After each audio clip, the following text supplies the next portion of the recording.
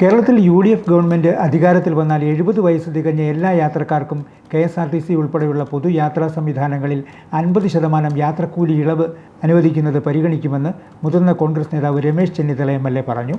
ലോകത്തെ പല വിദേശ രാജ്യങ്ങളിലും മുതിർന്ന പൗരന്മാർക്ക് പരിപൂർണമായി യാത്രാ സൗജന്യം അനുവദിക്കുന്നുണ്ടെന്നും ഇന്ത്യയിൽ ഡൽഹി, രാജസ്ഥാൻ, കർണാടക, തമിഴ്നാട് തുടങ്ങിയ സംസ്ഥാനങ്ങളിൽ മുതിർന്ന പൗരന്മാർക്ക് 50% യാത്രാ ഇളവ് ഇപ്പോൾ തന്നെ അനുവദിച്ചിട്ടുണ്ടെന്നും അദ്ദേഹം പറഞ്ഞു. സിൽവർ എക്കോണമി എന്നാണ് ഇതിനെ വിളിക്കുന്നത്.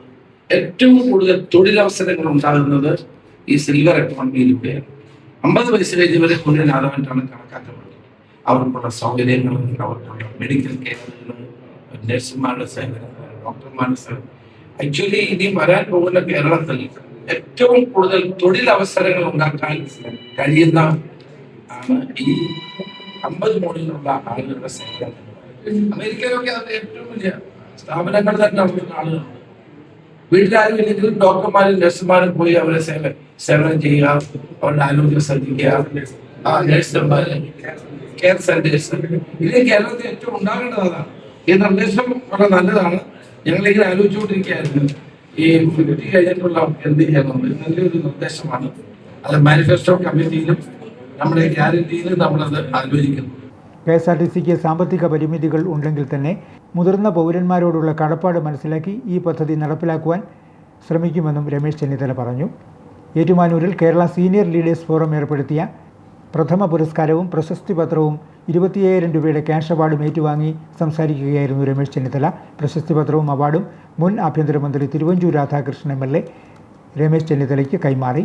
കേരളം കണ്ട സമർത്ഥനായ ഭരണാധികാരിയും പ്രതിപക്ഷ നേതാവുമായിരുന്നു രമേശ് ചെന്നിത്തലയെന്ന് യോഗം ഉദ്ഘാടനം ചെയ്ത തിരുവഞ്ചൂർ രാധാകൃഷ്ണൻ പറഞ്ഞു. വിവിധ പ്രദേശങ്ങളിലുള്ള നേതാക്കന്മാരും സമന്മാരും അതിനേക്കാൾ താഴെയുള്ളവരും മേലുള്ളവരുമായി നല്ല വ്യക്തിബന്ധം പുലർത്താൻ അദ്ദേഹത്തിന് കഴിഞ്ഞിട്ടുണ്ട്. അത് അസുലഭമായ ഒരു സന്ദർഭമാണ് ഒരു പൊതുപ്രവർത്തകന് എന്നാണ് ഞാൻ വിചാരിക്കുന്നത്. അദ്ദേഹം നമ്മുടെ സംസ്ഥാനത്ത് വളരെ ഉജ്ജ്വലമായ രൂപത്തിൽ മുന്നോട്ട് പോകുന്നു. അദ്ദേഹത്തിന്റെ ഭരണകാലം വളരെ സന്തോഷത്തോടുകൂടി എല്ലാവരും ഉൾക്കൊണ്ടിട്ടുണ്ട്. ഇനിയും അദ്ദേഹത്തിന് വളരെ ശക്തമായി നമ്മുടെ രാഷ്ട്രീയ രംഗത്ത് നേതൃത്വം കൊടുക്കാൻ കഴിയുന്ന ഒരു ആവേശമായി അദ്ദേഹത്തിന്റെ കുടുംബം എന്ന് വിശേഷിപ്പിക്കാൻ കഴിയുന്ന ഈ ബാലജനസഖ്യത്തിന്റെ അവാർഡ് ഗുണം ചെയ്യും എന്ന് ഞാൻ കണക്കാക്കുന്നു.